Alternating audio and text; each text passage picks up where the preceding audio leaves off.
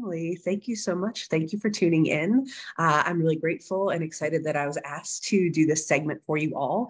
So I did take some notes. I have my little isotonics mocktail here with me, and I am ready to just add some value, hopefully, over the next 20 to 30 minutes. Thank you, Carmen. Thank you. So for those that don't know me, my name is Maleva Langle. Sometimes I go by Maleva Epperson or Epperson Langle, depending on how I'm feeling that day. I am a freelance makeup artist. I have a background in film and television for the past 15 years.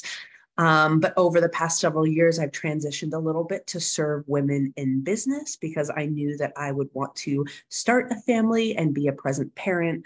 And the film industry for me was not necessarily conducive to the life I wanted to live as a mom. Loved because my son is now 2. So that's just a little bit about my background. But what I'm really excited tonight is to share about finding your target market. Because I think that's so important. You know, we have, even within our beauty brands, I mean, we have 5 different skincare lines with additional like individual treatment products. We have Motives Cosmetics, we have Custom Blend, we have our wellness products, things that support our gut, which are gut detoxes through our skin. So our gut dictates our skin. So there's so many avenues you can go. I think that when someone first starts, it can be a little daunting on what exactly to focus on. And so I'm just going to give you a little bit of an evolution of my journey. And I'm going to give you some like tips and tricks along the way to help you identify the market that suits you, because that's going to be different for everyone. And I think that's such a beautiful thing about being aligned with a broker like Market America, is that we have access to so many different products, so many different resources. So you can really fit yourself into any category that the company has to offer, and you will be well supported.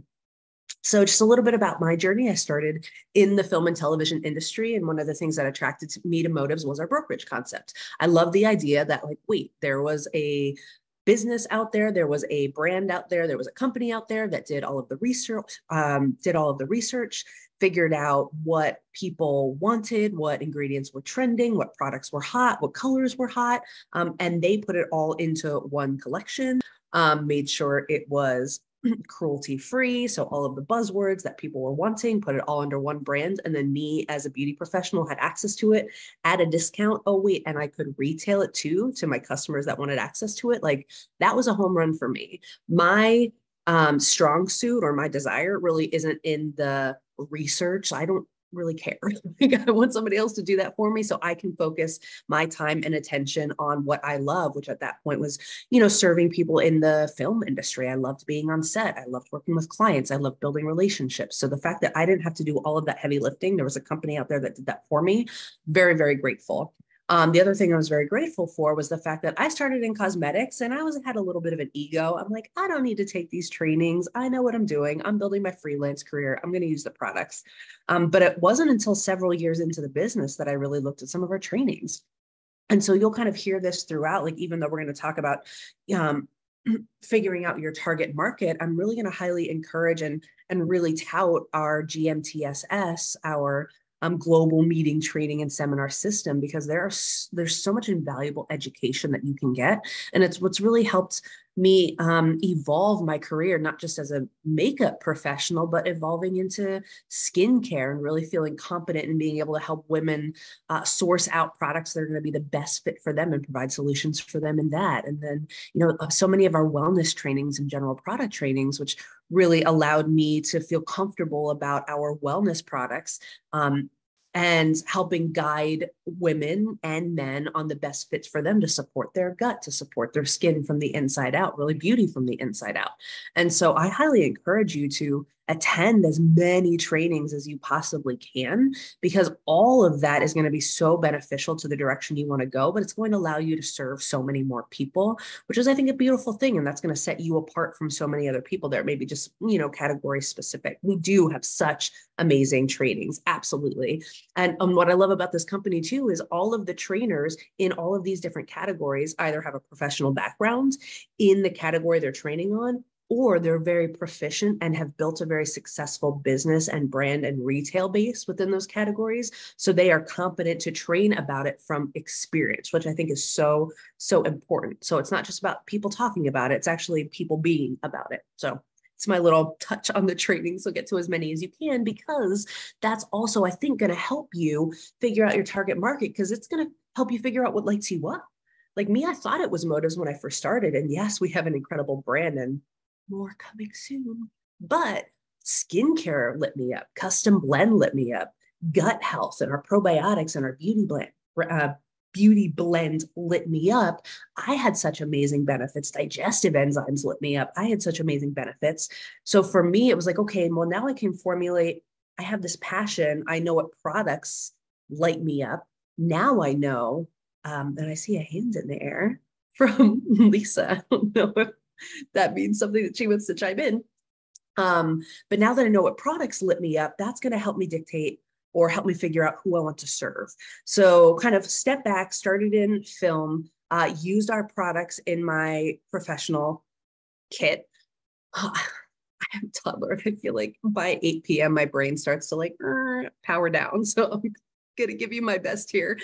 Give me some grace as I try to formulate words that are just like escaping my brain.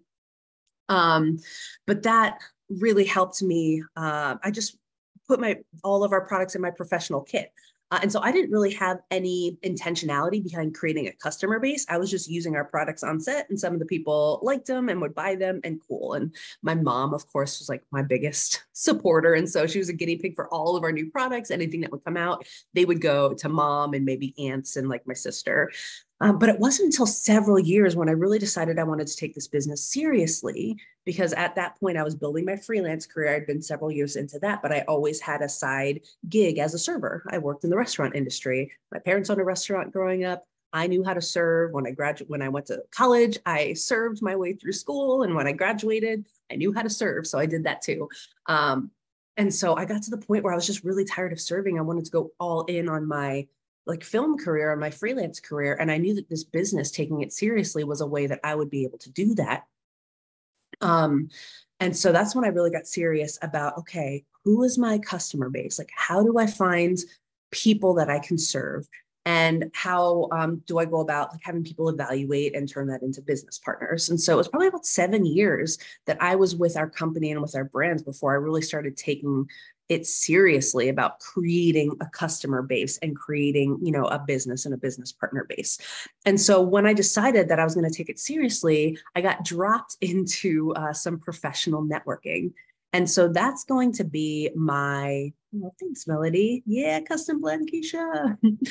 So that was going to be my big avenue to start searching for who my customer base was going to be. Because around that time that I decided to go full-time with the business and my freelance career and let go of my restaurant job, a lot of the customers that I did have had become business partners. And then I was like, well, I should probably get some more customers. Where am I going to find them? And so Lisa's husband, Don, loves to tell this story, and I love to tell it too. He took me to my first professional networking event, and he basically kind of like dropped me off, introduced me to someone, and disappeared across the room. And I was like left to fend for myself. But it was one of the best things he could have done for me, because professional networking has become something I'm super passionate about. And so as I started going to professional networking events, and just so you all know, it might seem like a daunting task. It might seem something super uncomfortable, but honestly, it's just like being the new kid on the playground. You go in, find a group of friends, make friends with some people, and then you're off to the races. So I can give some tips, or maybe that's for another time. I can talk specifically about professional networking, but it is very near and dear to my heart.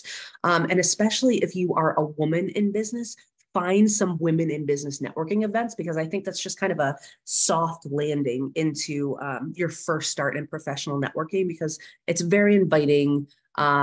It's very welcoming, very inviting, and it's a very gentle way into professional networking, especially if you don't know anyone in the room. So I would highly encourage you to look at some women's group if you are a woman, or look at some hobby groups. Go to Meetup and figure out, okay, like, do you love reading books? Do you love to hike? Are you someone that loves to kayak? Or are you a mom in business? Look for those meetups so you can find a common thread, which makes it a little bit more less daunting, because all of them there have a similar interest. But the reason I went to professional networking groups is I wanted professional women. And so that became the target market that I looked to I should say the demographic that I look to target, that became my target market, was women in business.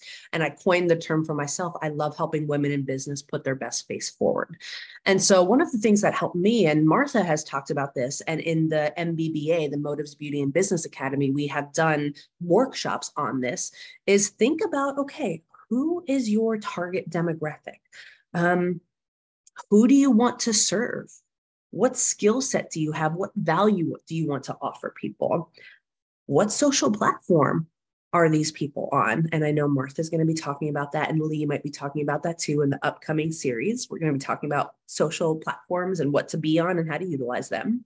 But think about like who your best client would be. What's their background? What do they do for a living? What's their income? What do they prioritize? I learned this from Cullen Haskins, but he talks about the quadrant of any kind of retail endeavor, or really anything that you're looking to sell. And it's like, okay, there are people in this quadrant that have no idea what's going on. So if like they have zero budget, they don't really care about their skin, care about the way they look, that's probably not going to be your target demographic, right? There's going to be people that are somewhat aware. Maybe they spend $50 a month on their appearance. They're going to be people that are aware. Maybe they spend $100 a month, and maybe they care about their skin and they care about like quality products that they put on their face. And then the final quadrant, there are going to be people that are committed. For me, I wanted people that were aware and or committed. So they had a budget for their beauty products. They cared what their skin looked like. They cared what their face looked like. Maybe their face was on their business card. So the woman that I thought of was like a real estate agent, someone whose face is their brand. They care what they look like. They care about their appearance. They want to look professional. But I also personally wasn't looking for a product junkie. Because for me, a product junkie, they might love this lipstick, but the second something new comes along, or there's an influencer on TikTok, they're like, oh, I want to try that, or I want to try that, or let me skip to that. I wasn't looking for someone that was a product junkie that was just going to skip around. I was looking for women who, once they found something that met their needs, they were loyal. They didn't need to fix something that wasn't broke, right? And so my thought from an age bracket is I really love serving women 45 to 65, because at that point I was finding in my professional networking, I was coming across two different kind of categories of people. There were women that had been doing the same makeup they were taught decades ago. And so their makeup was just a little outdated, whether that was color or whether that was application. So I had these women that were just kind of really outdated with what they were using and how they were applying it. Or there were women that, once again, in that 45 to 65 category, that were looking at social media saying, oh my gosh, that's what makeup is. That's really aggressive. That looks scary. I could never do that. And then they just stopped wearing it. And so from a value standpoint, my thought was I can meet a need and help women figure out a routine that's a best fit for them so that they feel confident putting makeup on themselves and looking and feeling good. That was my niche market. That's what I wanted to provide. And I loved doing it through our beauty brands because I didn't have to charge a consult fee, which if you're a beauty professional, you can. But my whole thought was I'm going to do a makeup bag remix. And that at the time when I started, I do charge for it now. But when I did start that, we're talking like 6-7 years ago, I did it completely complimentary. Because my goal is I knew if they were in front of me and I went through their makeup bag and I helped them clean their brushes and figure out what products were working for them and figure out what products were maybe missing that we could fill in the gaps. I knew I had the products and resources to be able to fill in those gaps. I was going to make my money that way through my retail profit and through my beauty commissions. And so that was really what I landed on because that was fun for me. I loved someone like bringing me their kit. Like when we did Zoom, when we were locked down, like going through Zoom, they could take me on a tour of their bathroom and their bathroom cabinet, show me what skincare they were using. And that was like, that lit me up. And so for me, I knew that was a demographic that I wanted to serve because it excited me and it was something I was passionate about. I evolved into custom blend. And so when I speak to beauty professionals in the room, just kind of like my quick pitch is I say that I'm a freelance makeup artist with a film and TV background, but I really love helping women in business put their best face forward. I said, I have two services that I absolutely love. One is called a makeup bag remix, because I know beauty counters are so confusing. So I have you come to me in an intimate environment, very casual. We'll go through your makeup routine, figure out what's working for you, help you clean your brushes. That mascara is 7 years old. We're going to chuck it and we're going to look for something better that suits you. And then I have different products that I can help you fill in the gaps with your routine. My other service that I love is I create custom therapy foundations from scratch. Your skin, your preferences, all in one bottle. It's a beautiful fit to help you move your skin forward. That I didn't plan on giving that to you, but that is my 30-second pitch. When I'm in the room and you stand up and they say, hey, what do? You have to introduce yourself. That's what I say. And so one thing I'll give for you is that if you are going to do some professional networking, just to know like who you are and what you do. And in the MBBA, we teach that the I am, I implement statement. And because you want it to be quick, just like if I were going to introduce myself to someone I never met, I would say, hey, my name's Maleva. And if they ask me what I did, I'm a freelance makeup artist, but I love helping women in business put their best face forward. Pretty quick. Like I don't go into the whole spiel of everything I do and everything I offer. And I work with motives and I can do custom blend, because that's like, whoa, way too much for hey, who are you and what you do? So you just want to keep it simple. So that's one thing I highly recommend I'm getting comfortable with. And this is not just in a professional networking event, but this is just in everyday life. You're going to come across people that ask you, hey, what's your name? What do you do? So it's good to be very clear and very concise about that. You want to create some curiosity, because the point is to book an appointment with them, whether that's to share what it is that you do a little bit further, or maybe you've given them enough, they need something in their skin or their beauty routine, that your first appointment is going to be an actual consult with them, which is pretty incredible. So my target market evolved into women in business. And I gave you a little bit about my demographic that I look for and the kind of people that I visualize wanting and needing my products. But the other thing that was really amazing is through a women's networking event that I was the co-chair of for a little while, one of our pillars in our values in the networking group called Berks Women in Motion is that we love to serve women-owned or women-serving nonprofits. And one of the nonprofits we met through that was Breast Cancer Support Services of Berks County. And at that point, when we met them, we were just looking at how we might support them for, October, Breast Cancer Awareness Month. Is there a fundraiser we could do? Are there goodie bags we can help put together? Like, how could we volunteer for them? And it just happened that we found out that they had just lost their beauty team that did all of the makeup and hair for their fashion show. And they realized, hey, the team we had wasn't using good quality products. And so we can't really have them representing our fashion show for breast cancer if they're not using good quality products. And so that's where I was like, well, hello. Actually, I didn't volunteer myself. Someone else volunteered me, which that's a really good point, is you want to make friends with people that are going to volunteer your name in a room that you're not in. And so I happened to be in that room, but they were like, hey, you really need to talk to Maleva. Maleva's a makeup professional and she works with really good products. So long story short, that evolved into me running their beauty team for their biggest fashion show of the year that they do every single year. Run by the Cancer Society that kind of went by the wayside.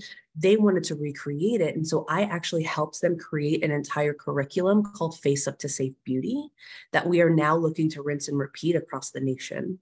And so that gives me goosebumps, because I would have never, I don't think, had that opportunity to work with these women had it not been for taking a taste or taking a dive into professional networking. And so that's why I highly encourage it. And I'm so passionate about it, because you never know who you're going to meet and where that's going to take you.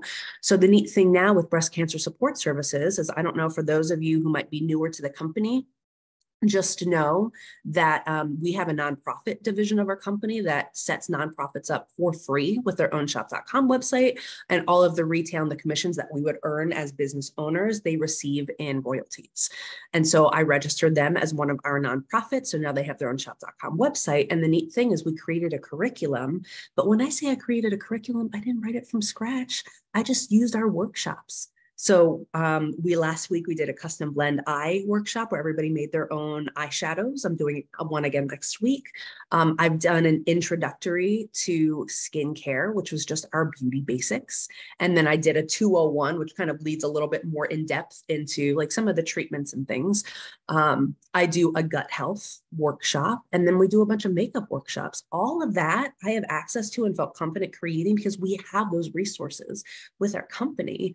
Oh, I'm so glad, Alice. I'm so glad. Thank you. And so that's what I'm just so thankful and grateful. And it makes me emotional just talking about like our GMTSS and our community of trainers and our community just of like incredible people that are partnered with our brands, because we have access to such a great community and culture, and not just our resources, that really you can take this and go anywhere. So I highly encourage you, get creative, but really take that time and space for yourself and say like, what do I have to offer? Like, what excites me and who can benefit from those things? And then go for it and just meet people, because everything that we do is based on word of mouth and referral. And so I would have never had these opportunities had I just not made friends with some incredible business women who happened to have my name in their mouths when they came across people that, I could serve. And so I love working with the breast cancer community. We've been featured on TV. And I'm just excited about how this is going to evolve as we move this curriculum to all different chapters across the nation. So it's still in the very beginning phases, but here's the best thing. Everybody, and I do one-on-one consults for them too. So 4 times a year I go in and they just book me back to back for 30-minute appointments where women survivors come to me and they ask my tips on different things, different challenges that they have, and I'm happy to serve them in that way. And so one of the tools you can use then if you're doing consults like that is we have something called a list on yourshop.com where you can populate all of the products that you talk about in your consult, and then that creates a unique link that you can send to them. And then when they click on it, it has all of their products. So here's the best thing is that when I do that for each of these women that I do these consults for, when they click that link, it takes them to the nonprofit's website. The nonprofit gets all of the royalties. And then of course I get the BV towards commissions. And so it's just a really reciprocal way of serving the community, which is really neat. So win-win-win all around. And then finally, I love helping beauty professionals. Oh, you're very welcome. I'm happy to encourage. I'm getting back into it, y'all. I've kind of been on maternity leave for a while and I've been dipping my toe in, but I'm back. I'm training again. I love this business. I love this brand. I love you all. So I'm just really excited to be back in your space and to be traveling and meeting and training and helping you all impact. So beauty professionals. So don't discredit like your experience and who you are. For the longest time, I skirted beauty professionals because I was like, I don't want to work with them. Because I knew how rough it could be. Like I was not a salon beauty professional. I was a film beauty professional. Like we show up, we don't care what our hair looks like. It's 5 a.m. We're not wearing any makeup. Like nobody cares what we look like. And so when I started meeting industry professionals that were more like the salon spa space, I was intimidated. So I'm like, that's not they're more educated than I am, but I really, I didn't give value to like my 15 years of experience and what I was able to do with my business and with my brands. And so I was like making myself smaller than what I should have been, because I should have like really thought about my identity and what value I can have, and just instead of making it about me, making it about the person in front of me. And so when I really started approaching beauty professionals, it was really just me sitting back and saying, hey, where do you want to take your business? What challenges are you having? Because I know I can speak to other freelancers because I am one. I have that experience. So don't discredit the experience you already have. Maybe you're a mom that does this part-time and have found success in retailing. Like you could reach other moms that are looking to do the same thing. Maybe you have a really hectic 9 to 5 and are building this as an additional income source so you can free up a little bit of your time. There are going to be some women out there, some men out there, most men out there that are working in that same capacity and are looking to free up a little bit of their life and are looking for some time. So I also wouldn't discredit like who you are and what your why is, because you can find those people that have a similar background, that have a similar why, that you can lock arms with and build business together too. And so beauty professionals has been kind of new to me. And what's been amazing is when I set my sights on that, when I tweaked my mindset and kind of unveiled my identity of who I really knew myself to be and who I can help, that's when the opportunity of more beauty professionals came my way, whether it was through Facebook, social media posting, whether it's meeting people at professional networking. All of these new artists have opened up to me that I'm in the process of, working through how we can work together. Some salons have recently come on as pro artists, some want to implement our skincare. But the amazing thing about that is when you find other individuals that are as passionate about the products as you are, they sell you on your own products. Because for those of us that have been around for a while, I have taken our products for granted, to be honest with you, because I haven't really used anything else in 15 years. So when I have a new salon partner that's like, oh my gosh, Cellular Laboratories, Lumiere de Vie, like I cannot believe the change in my skin in 3 days. Like I need to talk to everybody about these products. That lights me up because it just like reinforces the fact that our company does amazing work to find us amazing products and tools. And so I also wouldn't discount the fact that, the business has everything there for us. Our brands have everything there for us. So it's just a matter of using our tools, getting educated and looking at our resources, because all of that is going to help us serve the people we're meant to serve as well. I was just talking to one of my pro artists who owns a salon, and she owns a spa, and she loves custom blend. She's looking at bringing that in. But as we were just talking, we found that we were connected with what we believed with gut health and wellness and who we followed on podcasts. And so we were talking more about that. Come to find out, she volunteered. I didn't even have to ask that she's really unhappy with her skincare line. Like the shipping on some of the skincare, the professional lines that beauty professionals have access to are ridiculously expensive with crazy high minimums. So it's something that you might look at a salon or spa and see products stocked on those shelves and think like, hey, they're good, but maybe they're not. There's some hidden pain points in there that you don't even know, which is why it's so worth to just go out and network and have conversations with people. Because a lot of times, if you're just sit back and stay curious and ask good questions, they're going to volunteer why they should be prospected for the business or for the products. And so we're at 8:30. I feel like I got a little long-winded. I hope all of that. Like my goal is if you could take one nugget and implement that in your life, that is my goal for you all. So to wrap this all up, I would highly encourage, please attend some professional networking, whether that's meetups or women in business groups, chamber events. Just go out there and get a taste for it. If you care about people, you will really love doing this. And think about who you want to serve. Once again, your target demographic. What do you want to offer? What type of value, what type of skill set do you have? What are your own values and your whys? And maybe you can find people that are looking for those too. What social platforms are they going to be on? Stay tuned. Please follow the upcoming weeks because we're going to talk about that next. Martha does such an amazing job and Lee does such an amazing job on social media. So they're going to help you tweak or decide what platforms you should be on and how to use them to the best advantage you possibly can and leverage your time. So keep tuned in to all of these amazing series that we have going on Monday nights and also our lunch and learns, and keep plugged into our community. And hopefully we will all serve the world together. All right. Thanks so much for your time, everyone. Good night.